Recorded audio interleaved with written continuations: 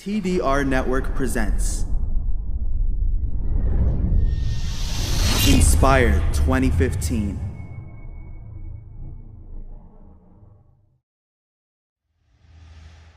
We are obliged to seek knowledge of Islam, first and foremost. Of course, the command of the Prophet ﷺ didn't distinguish between knowledge of Islam and worldly knowledge. He just said seeking knowledge is obligatory on every Muslim. And I'm sure you've heard before the distinction made between the knowledge of Islam and worldly knowledge. Knowledge of Islam is considered to be fard ayn, which begins with knowledge of Allah. Whereas knowledge of the worldly affairs is fard kifaya,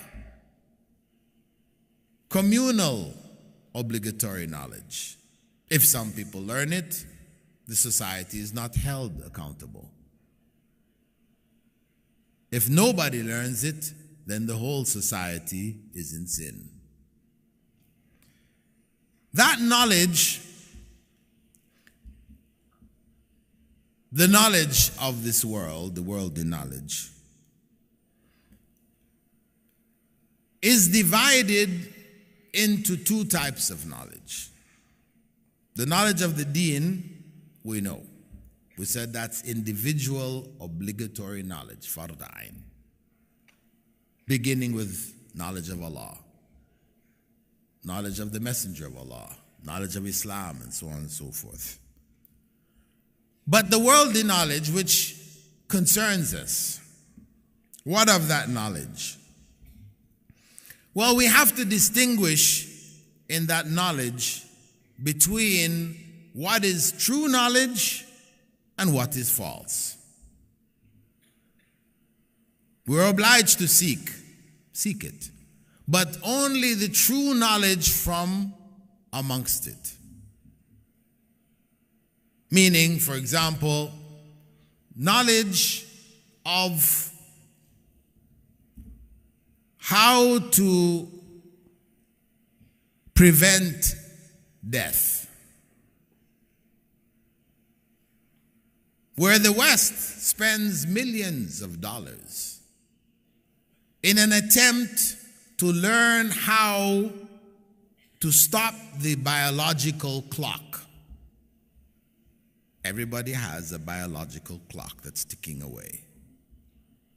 And the time comes when that clock stops and we die. So they want to stop the clock, period.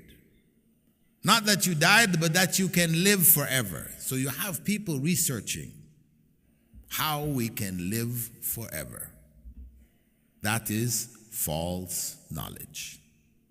As a Muslim, we do not enter into that field. We don't research. We don't spend time, energy, money into such research. Because it's false. Knowledge of evolution. How we evolved from, supposedly, the apes, monkeys. That's false knowledge.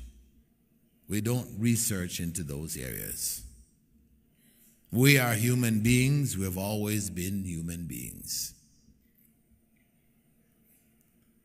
Then we take the body of knowledge, which is true knowledge, and we have to further subdivide it between useless knowledge and useful knowledge. Again, as Muslims, we have to make this distinction. Because Prophet Muhammad ﷺ used to seek refuge from useless knowledge. He used to make the dua often, Allahumma inni a'udhu bika min ilmin la yanfa'. O Allah, I seek refuge in you from knowledge which is of no benefit. Knowledge which is of no benefit. Like what? Like sending rocket ships to Mars. to find out the composition of Earth on Mars. It's true knowledge, but it's useless. For us to spend, the US, for example, spending billions of dollars to send those rocket ships to Mars, the Mars rovers, and experiments done on the soil of Mars, trying to see if there's life. They want to find life elsewhere in the universe, to justify their claim that we are not unique. We are an accident, and that accident has repeated itself elsewhere. Proof. But they can't find life anywhere else. So they spend the billions going to Mars. At the same time, in America, there were, according to statistics back in the early 90s, more than 4 million Americans who were homeless. 4 million Americans who were homeless. Had no homes. Living in the streets. Sleeping under the bridges. Of course, the picture we have of America is, the big skyscrapers, modern technology, etc. It's hard to believe there are actually people who sleep in the streets, live in the streets. They have no home, no place to go. That may be Calcutta in India. Yes, we know about that. Calcutta. New York City, Washington, Chicago, Los Angeles. Yeah. In Los Angeles, where the winter doesn't get so cold, no problem. But in New York City and Chicago, where the winter gets 20 degrees below zero, 15 degrees below zero, hey, every year there are hundreds, thousands who die frozen. They're homeless. So, can we justify sending rocket ships to Mars to find out the composition of the Earth on Mars while leaving millions of our citizens without homes? No. We said that knowledge about dirt on Mars is useless knowledge. So we, as Muslim scientists, etc., would only research in the useful knowledge. How we can provide homes for our citizens, food for them, etc. So we have a different focus. We are looking at knowledge for the benefit of knowledge, not knowledge for the sake of knowledge. That is Western secular philosophy of knowledge. Knowledge for the sake of knowledge. No. If it's useless knowledge, if it's false knowledge, no. Knowledge for its benefit. That's why the Prophet ﷺ said, "Khairun nas anfa'uhum linnas." The best of people are those most beneficial to the mass. Most beneficial to people. Useful knowledge. Then, in the category of useful knowledge, we have to divide it into appropriate knowledge and inappropriate knowledge. You might say, well, what's that?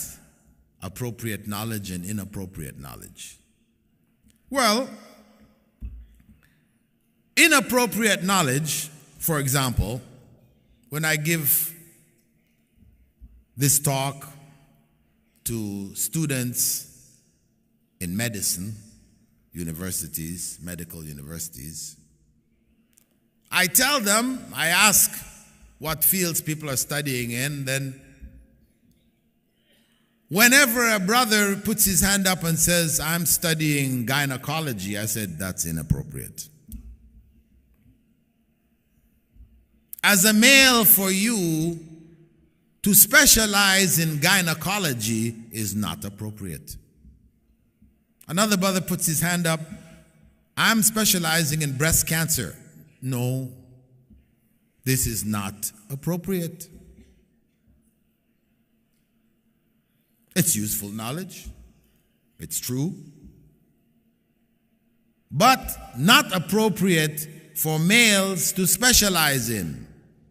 You have knowledge of it as a doctor. You have knowledge of it. So in emergency circumstances, you can apply it. But that is not your specialization. A sister puts her hands up and she says she's specializing in prostate cancer. I said, no, that's not appropriate. You understand this point? I think it's pretty clear. We have appropriate knowledge and inappropriate knowledge. Donate now. Go to thedailyreminder.org/donate.